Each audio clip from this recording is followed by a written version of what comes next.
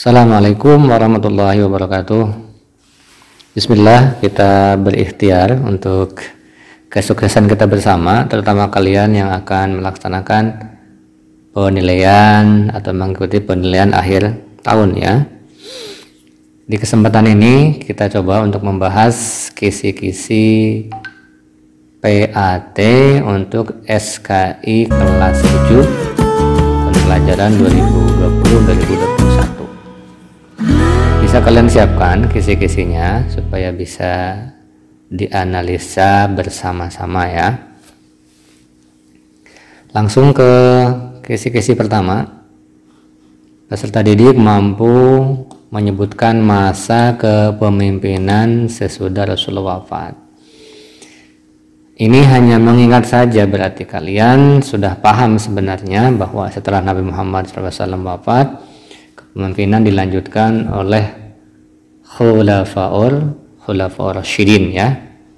Nanti setelah Khulafaur Rasyidin ada Daulah Umayyah, setelah Daulah Umayyah ada Daulah Abbasiyah dan seterusnya. Jadi begitu ya. Jadi dilanjutkan oleh Khulafaur Rasyidin. Lanjut nomor 2, nomor berikutnya menyebutkan proses pengangkatan Khalifah Umar bin Khattab. Jadi masing-masing khalifah pada masa Khulafaur Rasyidin pengangkatannya berbeda-beda ya. Abu Bakar dipilih secara musyawarah terbuka ya, langsung. Kemudian Umar bin Khattab dengan cara wasiat dari Abu Bakar ya. Kemudian Utsman dengan cara formatur. Adapun Ali bin Abi Thalib dengan cara penunjukan atau penetapan dari orang-orang yang ada di Kufah. Berikutnya menyebutkan karakteristik penyebutan julukan Khalifah Abu Bakar As-Siddiq. Karakteristik ya di sini ya.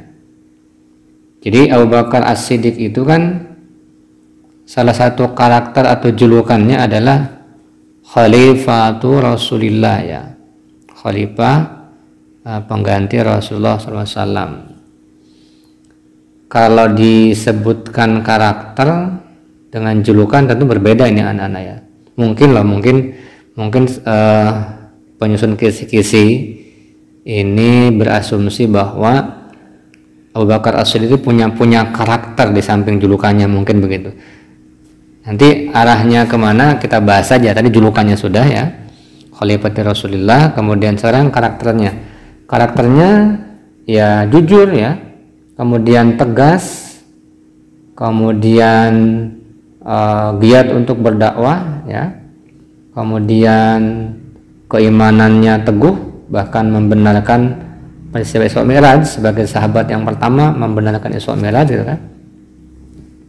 Kemudian sebagai sahabat yang pertama masuk Islam juga Abu Bakar kan.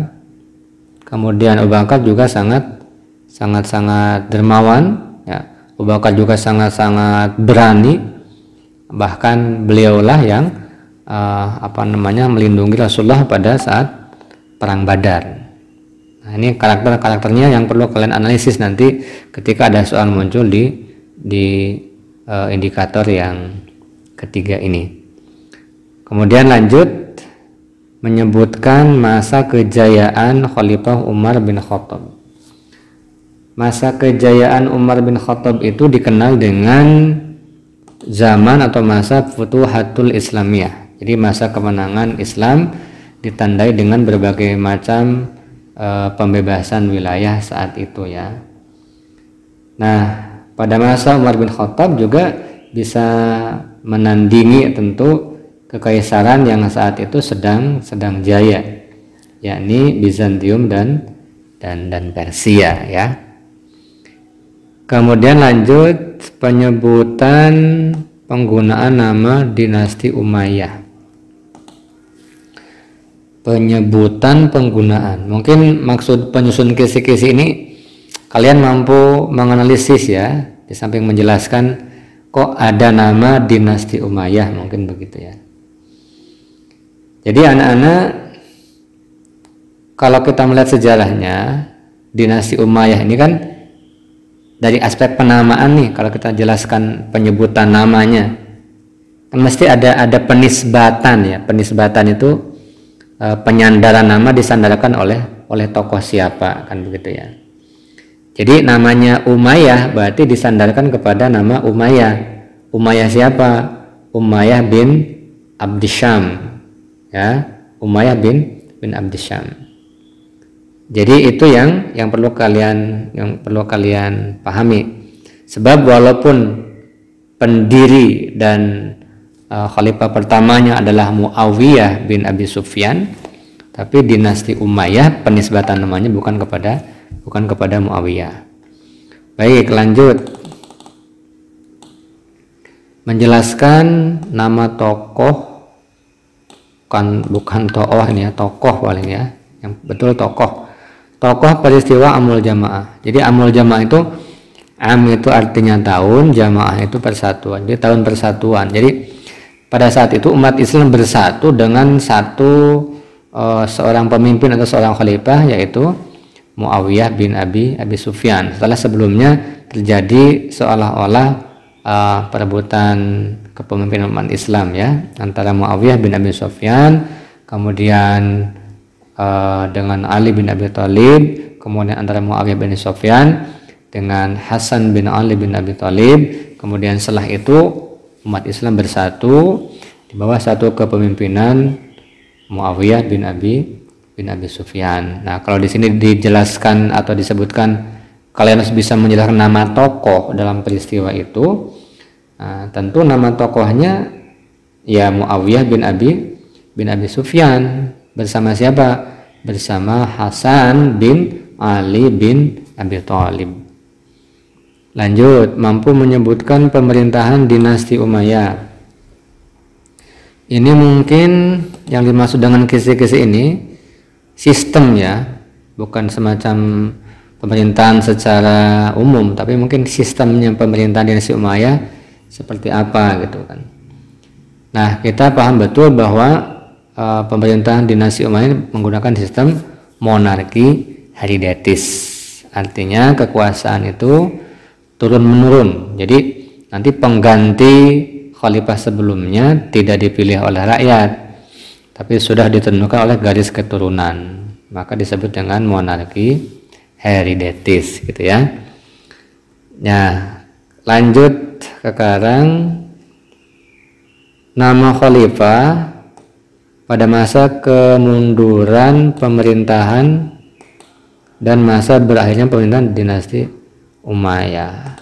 Berarti kalau kita melihat kisi-kisi ini anak-anak, lebih cenderung kepada khalifah yang berada di awal kemunduran sampai berakhirnya daulah Umayyah. Jadi siapa yang pemerintahan itu pada masa khalifah yang ke-14, yaitu Marwan bin Muhammad gitu kan.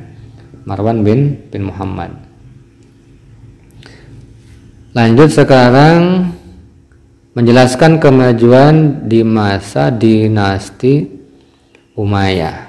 Kemajuan pada masa dinasti Umayyah. Kalau kemajuan yang dimaksud adalah sebuah kesejahteraan, tentu pada masa Umar bin Abdul Aziz ini. Bahkan para sejarawan memberikan penegasan bahwa puncak kejayaan Daulah Umayyah itu berada pada masa Khalifah Umar bin Abdul Aziz. Baik, kita lanjut. Sekarang menjelaskan kemajuan dinasti Umayyah yang telah dilakukan para khalifah di bidangnya. Wah, ini memang agak bias nih kalimatnya ya. Mungkin bisa menunjukkan ya beberapa bidang gitu. Hasil kemajuan Daulah Umayyah pada masing-masing khalifah mungkin itu ya. Misalnya saja dinasti Umayyah itu sangat menonjol di bidang administrasi pemerintahan dan juga politik militer ya. Nah, jadi nanti kalian di kisi-kisi ini yang di nomor ini nanti kalian bisa menganalisisnya para tokoh atau para khalifah itu lebih berorientasi kepada bidang administrasi pemerintahan dan politik militer, karena saat itu yang dibutuhkan oleh zaman tersebut yaitu jadi misalnya kenapa kok bukan kemajuan di bidang ilmu pengetahuan, bukan di zamannya kalau saat itu ya. Sekarang kita lanjutkan menyebutkan nama tokoh dalam hal pencetakan mata uang asing. Mungkin maksud kisi-kisi ini ada tokoh gitu yang berjuang atau khalifah ya, yang mampu mencetak mata uang gitu, bukan mata uang asing sebenarnya, karena justru sebagai bentuk peradaban Daulah Umayyah itu mata uang Islam yang dicetak untuk menggantikan mata uang asing gitu kan. Siapa tokoh yang membawa kemajuan dalam hal ini? Yaitu Abdul Malik bin Marwan, kan begitu ya. Nah, kemudian lanjut menyebutkan larangan menulis hadis. Ini mungkin aspek sejarahnya tidak terlalu masuk, tapi ini kisi-kisi harus kita bedah ya anak-anak ya. Menyebutkan tentang tujuan larangan menulis hadis. Tentu pada awal-awal masa Islam hadis memang tidak ditulis. Kenapa tidak ditulis? Rasulullah pernah ada satu peristiwa yang menandaskan pelarangan itu. Kenapa? Supaya tidak bercampur dengan Al-Quran begitu kan. Walaupun para ahli sejarah atau para ahli hadis menyebutkan pelarangan itu hanya pelarangan yang sifatnya tidak mutlak ya. Tetapi intinya kenapa dilarang? Supaya tidak bercampur dengan Al-Quran ya. Oke, lanjut menyebutkan nama sahabat yang memperbolehkan menulis hadis. Nah, ini juga sepertinya di kurikulum kita tidak terlalu dibahas masalah inilah, tapi tidak apa-apa, ini kan kisi-kisi yang harus kita bedah juga ya. Baik, memang banyak sebenarnya beberapa sahabat yang menulis hadis untuk kepentingan pribadi ya. Misalnya saja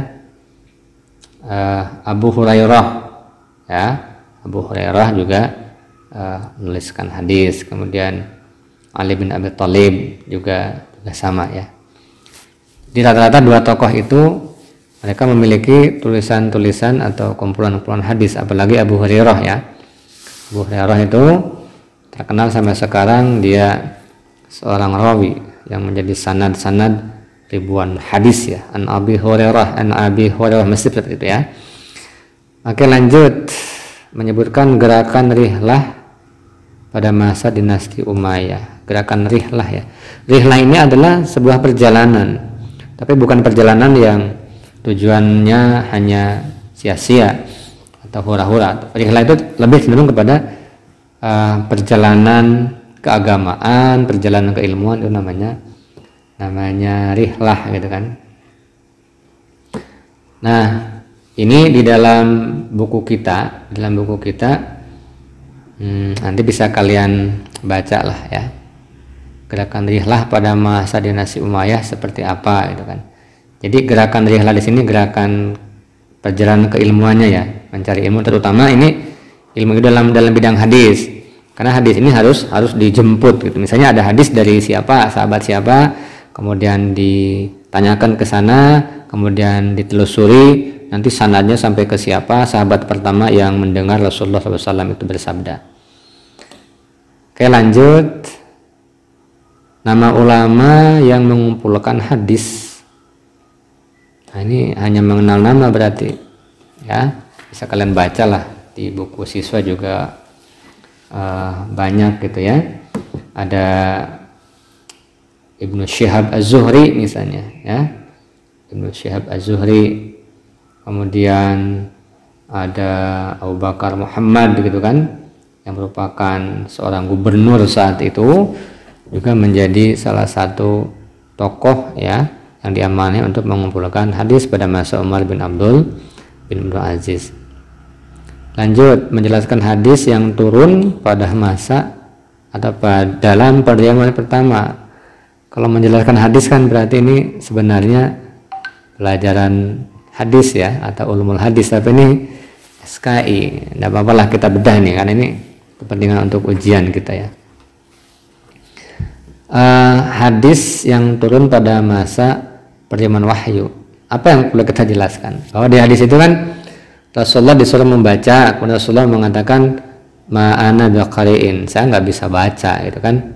Rasulullah sebagai seorang nabi yang ummi ya, tidak bisa baca tulis ya, sehingga karena nabi seorang yang ummi tidak bisa baca tulis, berarti seyakin-yakinnya bahwa Al-Quran ini bukan hasil pemikiran atau tulisan Nabi Muhammad SAW, kan begitu ya. Baik, kita lanjutkan anak-anak. Menyebutkan nama tokoh pendiri Madrasah Makkah. Tokoh pendiri Madrasah Makkah atau dikenal dengan Madrasah Ibnu Abbas gitu kan.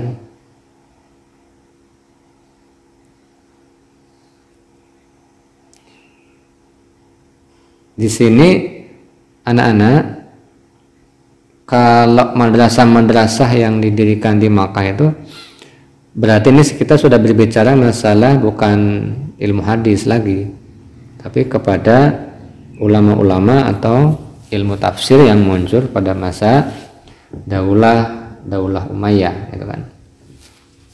Kalau menyebutkan nama tokoh pendirinya ya ini berarti sudah ada nama ini. Karena Madrasah Makkah itu cenderung kepada penisbatan ulama atau sahabat awalnya adalah Ibnu Abbas gitu kan.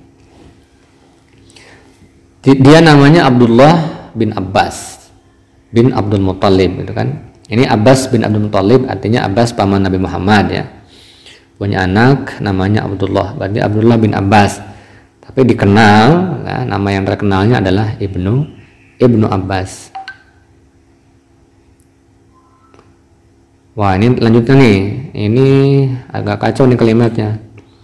Peserta didik menyebutkan tujuan mempelajari ilmu tasawuf ya.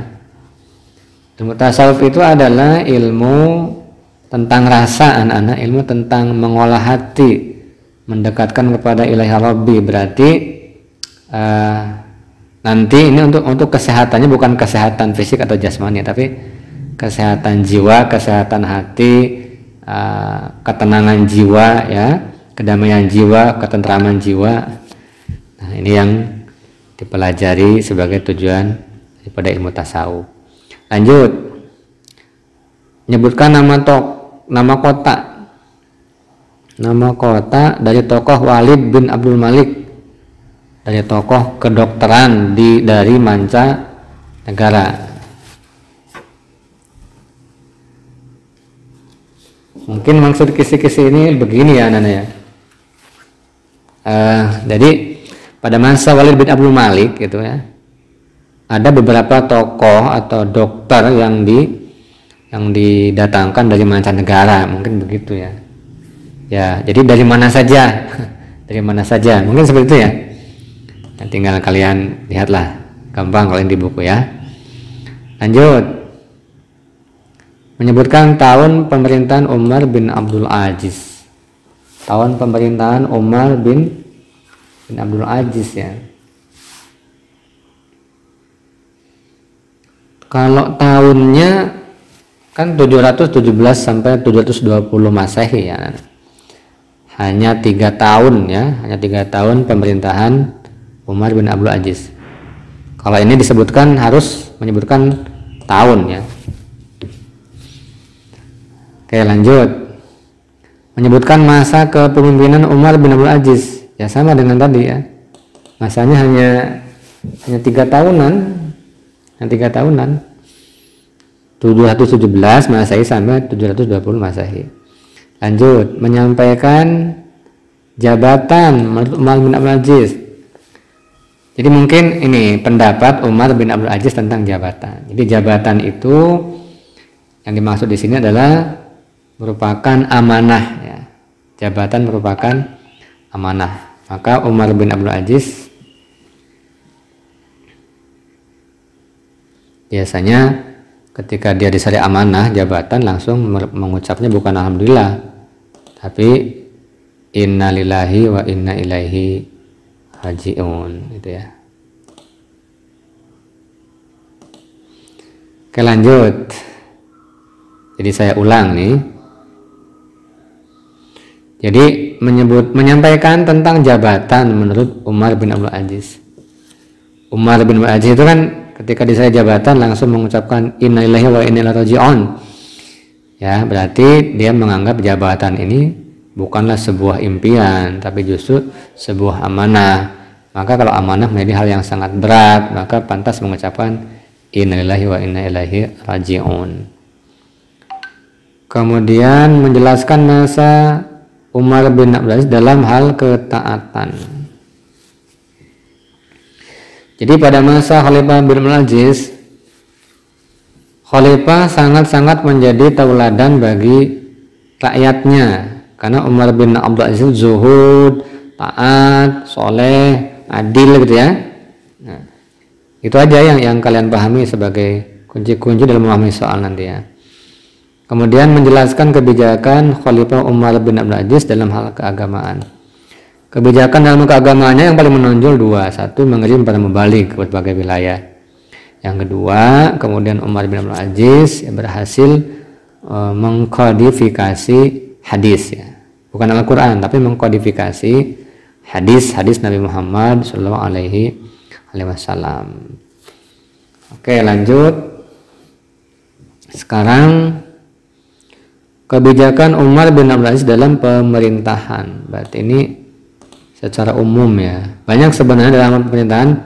Tapi coba kita ambil samplingnya, ambil sampelnya.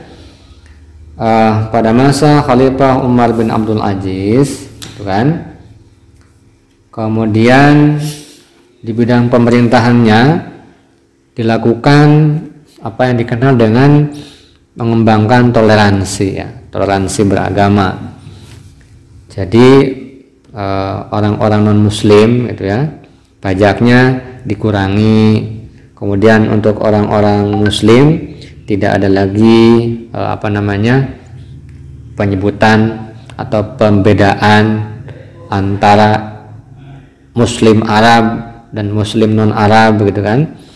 Jadi semuanya disatukan dalam sebuah wadah pemerintahan pada masa Khalifah Umar bin Abdul Aziz. Lanjut, gerakan penerjemahan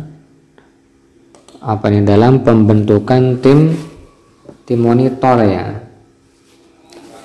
Anak-anak, pada masa Khalifah Umar bin Abdul Aziz itu memang ada yang disebut dengan seolah tim monitor ya. Untuk memonitor apa? Tim untuk monitoring keamanan sekaligus kesejahteraan seluruh masyarakat di berbagai wilayah. Ya. Kemudian ada juga memonitor cara kerja para pejabat dalam menegakkan kebenaran dan kepastian hukum misalnya. Nah, ini yang perlu kalian pahami untuk memahami kisi-kisi soal yang seperti ini ya. Lanjut nih, menjelaskan adanya perbedaan kelas pada masa Umar bin Abdul Aziz ya. Jadi sebenarnya justru Khalifah Umar bin Abdul Aziz itu ingin menghilangkan perbedaan kelas di masyarakat. Karena saat itu ada kelasnya mawali ya. Ada kelasnya mawali. Mawali itu artinya orang-orang Muslim tapi bukan keturunan Arab, yang biasa dinomor duakan gitu kan. Kan ada Muslim keturunan Arab, ada Muslim keturunan non-Arab. Nah, oleh Umar bin Abdul Aziz hal ini dihilangkan. Tapi kalau mau disebutkan Apa perbedaan kelasnya? Ya dibedakan menjadi saat itu ya, sebelum disatukan oleh Umar bin Abdul Aziz, ada kelas Muslim Arab, ada kelas Muslim non Arab yang disebut dengan kaum Mawali. Kemudian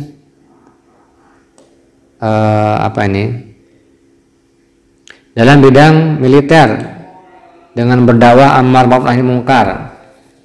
Nah, jadi anak-anak, dalam hal bidang militer pun Umar bin Abdul Aziz itu biasanya mengirimkan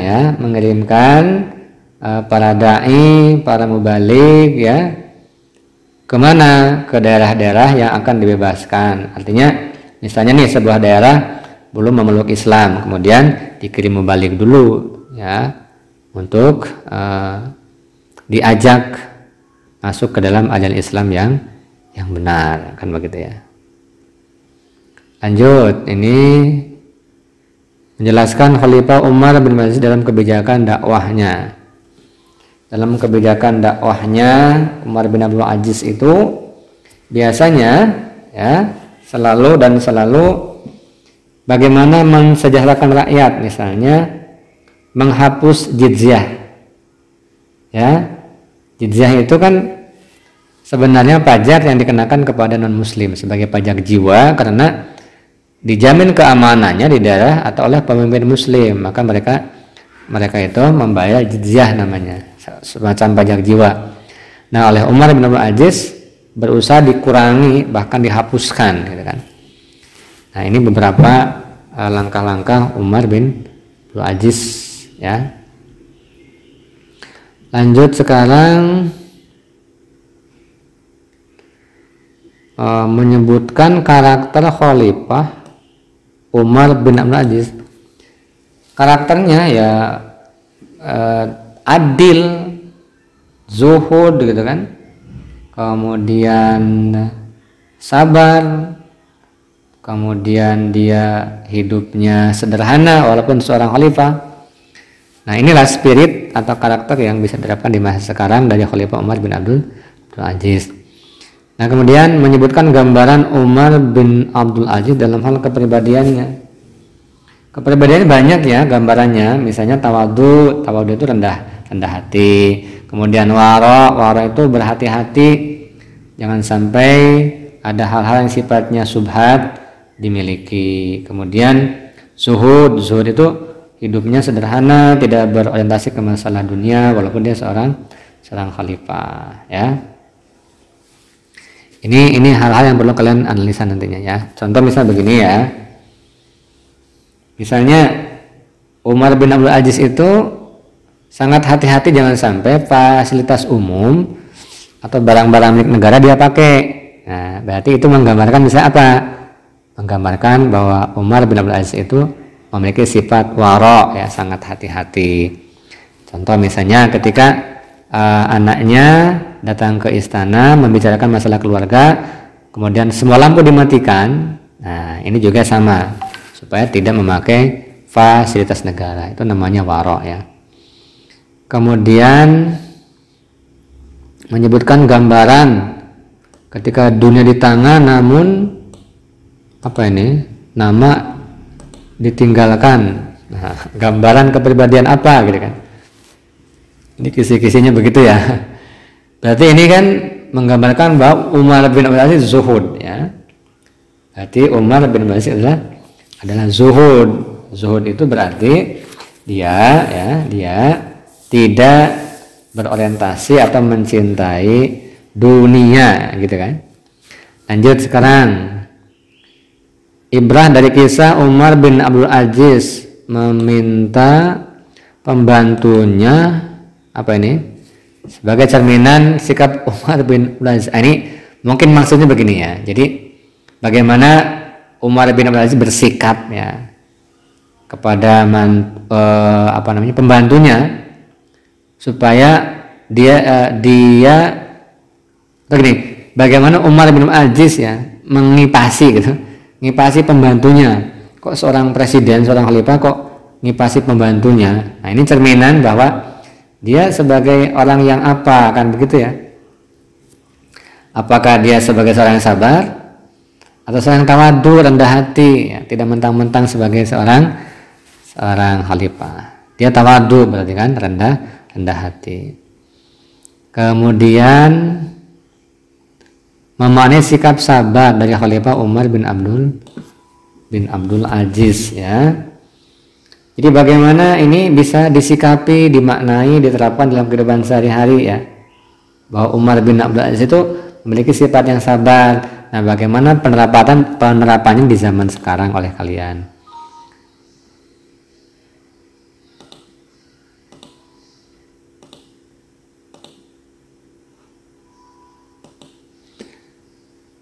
Nah, lanjut. Jadi ini memaknai sikap sabar itu, ya maknanya bagaimana spirit kesabaran Umar bin Abdul Aziz bisa diterapkan di zaman sekarang, ya, oleh kita, kan begitu, ya. Kemudian lanjut menjelaskan sambutan Khalifah Umar bin Abdul Aziz ketika dilantik untuk mengucapkan kalimat tarjih, mungkin istirja itu, ya, inna lillahi wa inna ilaihi raji'un, ya, bukan tarjih sih, mungkin tarjih gitu, ya, atau istirja itu, ya. Artinya tadi sudah dikatakan di pertengahan bahasan kita, ya, bahwa Umar bin Abdul Aziz itu adalah seorang khalifah yang tidak berambisi untuk menjabat. Maka ketika dia dilantik sebagai seorang khalifah, maka dia tidak berfoya-foya, tidak mengucapkan alhamdulillah, tidak mengucapkan yes gitu, tapi kan mengucapkannya innalillahi wa inna ilaihi raji'un. Ini sebagai gambaran bahwa Umar bin Abdul Aziz tidak menjadi khalifah yang berambisi kekuasaan. Jadi anak-anak, silahkan kalian ulang-ulang terus, ya, pelajari masing-masing kisi-kisi, kemudian konfirmasikan ke referensi yang ada, ya. Ada UKBM yang sudah kalian miliki, ada buku siswa yang sudah kalian miliki, ada media sosial yang bisa kalian akses juga. Semoga sukses. Terima kasih. Assalamualaikum warahmatullahi wabarakatuh.